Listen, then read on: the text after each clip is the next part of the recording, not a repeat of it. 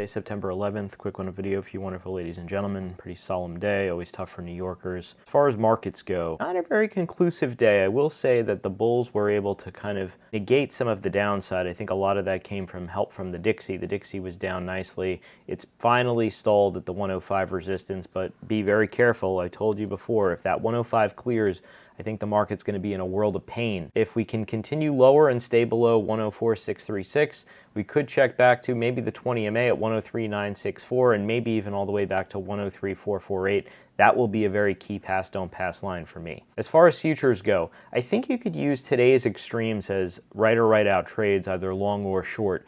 Above 44.93 half, which was the morning high of day, and just above the afternoon high of day, I think you can look for 4,500 to 45.07 quarter. If that can clear, we could see 45.2375, but that 4,500 area is really a key pass don't pass line for me, obviously, because it's a big round number that everyone's paying attention to. As far as NASDAQ goes, we're right into the teeth of the resistance zone between 15,475 half to 15,507.75.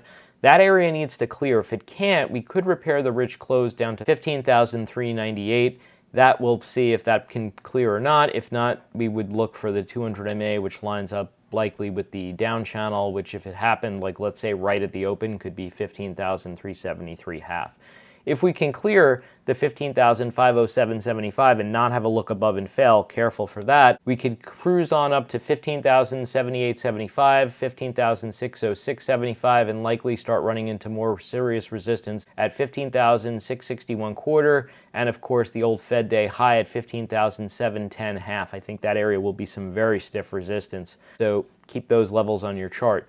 If we start losing 15,339 half, let's say there's a larger liquidation breakdown there, then I think there's some real trouble with the tape.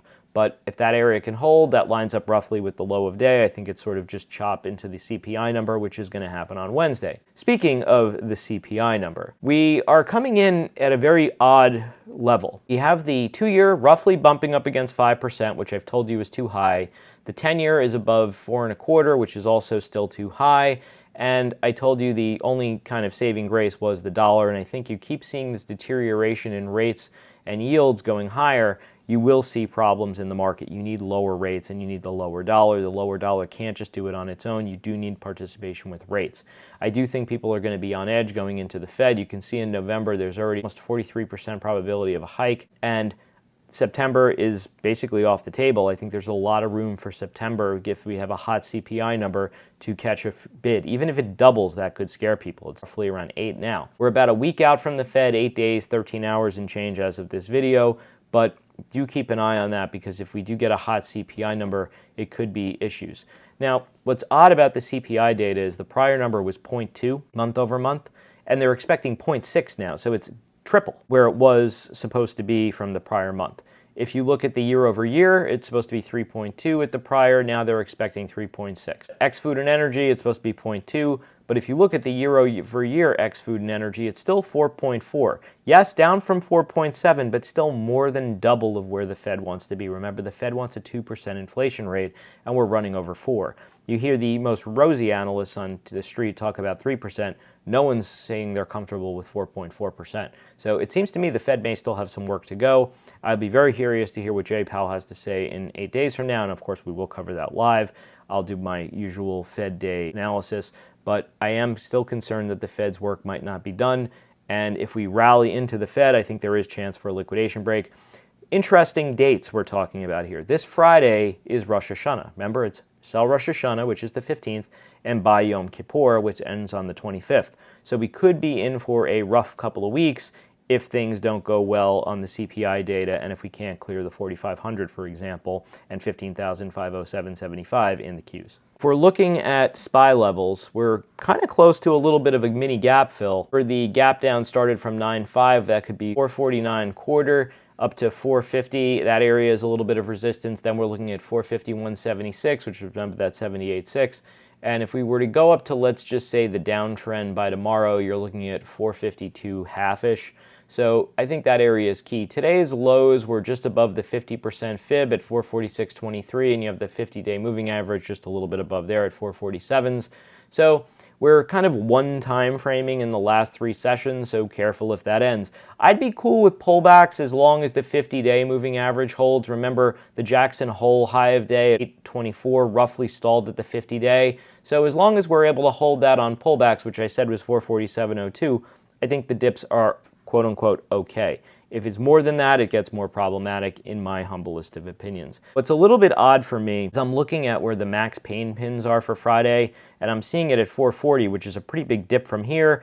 And the Thursday is 442. It keeps dropping throughout the week. I'll be very curious to see how that plays out after Wednesday. I think that's when we could start looking at this more seriously after we get the CPI data. People will have different types of positioning post-CPI. As far as the Qs go, we're acting fairly well. A lot of relative strength in Amazon, if you've noticed. We've highlighted that, and of course that Tesla upgrade today from Morgan Stanley didn't hurt. We talked about that in the weekend video. Anything up over the 50 MA could get you back up to 280. We're basically here. It's basically the downtrend. I do like booking some profits here. Ideally in Tesla, you would see some kind of consolidation chop for the next couple days, maybe a dubstep setup where you could be long up over the 2 or 3 day high or short below the 2-day low. As far as Qs go, we got a little sidetrack there. 375.66 plus, I'm cool being long. Anything above that I think is okay. Below there gets to be a little bit iffy. If you want to give it a little bit more room, no more than 375.27. If we do keep on going, channel high comes in, if it were to do it tomorrow, at around 379.81. So anything over 375.66 to 375.27, I'm cool being long. Below there, I think short.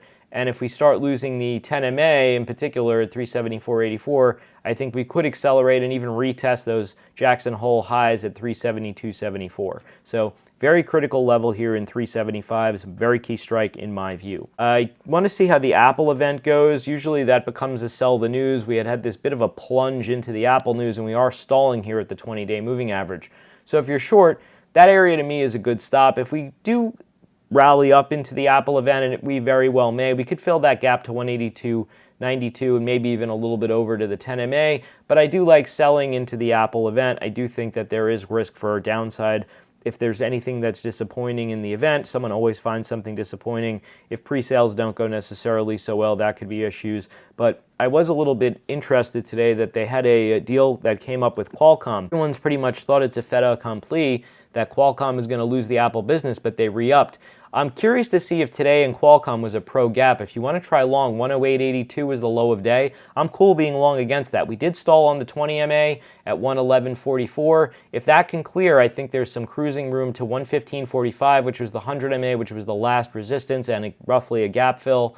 And then if that can clear the 50 MA at 117s and then maybe even up to 118s, and then I think it's a good idea to take that trade off. But how Qualcomm trades, this should be a catalyst for still higher because they re-up through 2026. So I do now like Qualcomm, and that hasn't been one of the ones that have rallied. So yes, against the low of day. Bitcoin, a little bit of a rally here. As long as the dollar stays below 105s, I think all that stuff can rally.